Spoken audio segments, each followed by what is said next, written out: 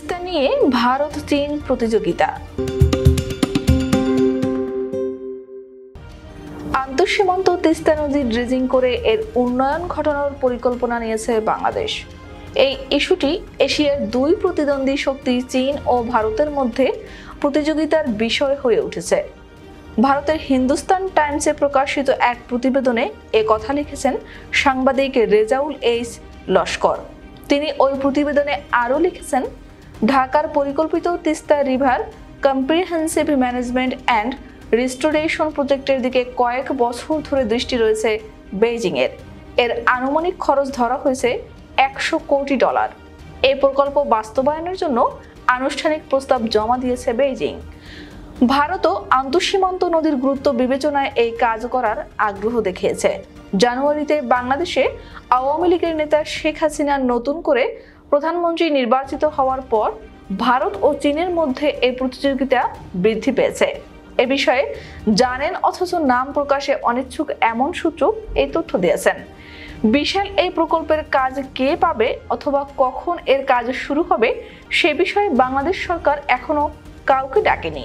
30 April অনন্ত সেন্টারে এক অনুষ্ঠানে তিস্তা প্রকল্পে ভারত ও চীনের আগ্রহের বিষয়ে জানতে চাইলে বাংলাদেশের হাই কমিশনার মুস্তাফিজুর রহমান বলেছেন, এখনো নয়াদিল্লি থেকে কোনো আনুষ্ঠানিক প্রস্তাব পায়নি ঢাকা।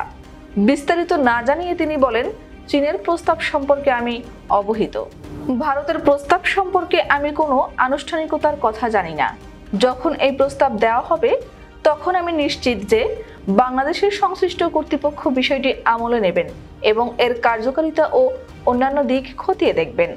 উপরে উল্লেখিত সূত্রটি বলেছেন, যদিও ভারতীয় পক্ষ আনুষ্ঠানিক প্রস্তাব জমা দেয়নি, তবু বেশ কিছু মিটিংয়ে আনুষ্ঠানিকভাবে এবং অনানুষ্ঠানিকভাবে বিষয়টি উত্থাপন করা হয়েছে।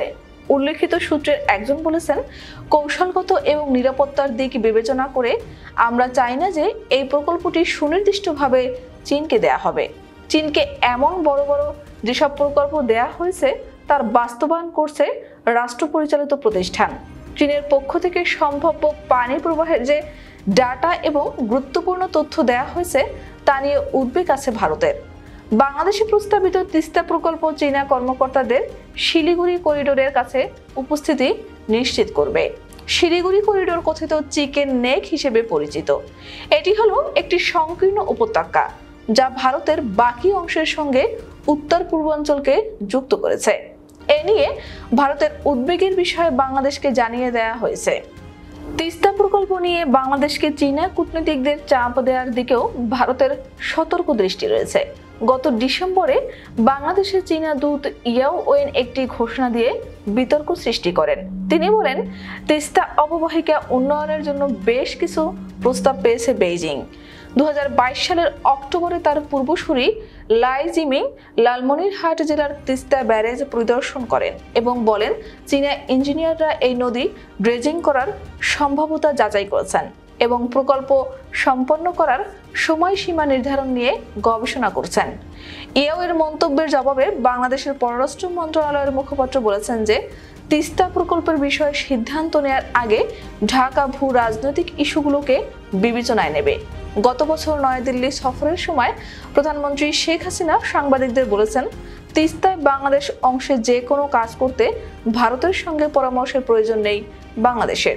উল্লেখ্য, দুই দেশের মধ্যে আন্তঃসীমান্ত যে 54টি নদী আছে তার মধ্যে তিস্তা অন্যতম। এটি একটি মাত্র নদী যেখানে দুই পক্ষ এখনো পানি বন্টন নিয়ে কোনো চুক্তিতে আসতে পারেনি। 2011 সালে এই নদীর পানি বন্টন নিয়ে একটি চুক্তি করার কথা ছিল বাংলাদেশ ও ভারতের, কিন্তু পশ্চিমবঙ্গের মুখ্যমন্ত্রী মমতা বন্দ্যোপাধ্যায়ের বিরোধিতায় তা আর হয়নি। ভারতের সংবিধানের অধীনে আন্তঃসীমান্ত নদীর পানি বন্টন নিয়ে চুক্তি করতে হলে সংশ্লিষ্ট রাজ্যের সরকারের সম্মতি বাধ্যতামূলক। এক্ষেত্রে মমতা বন্দ্যোপাধ্যায়ের উদ্বেগ, এই চুক্তি করা হলে পশ্চিমবঙ্গের কিছু অংশে খরা দেখা দেবে।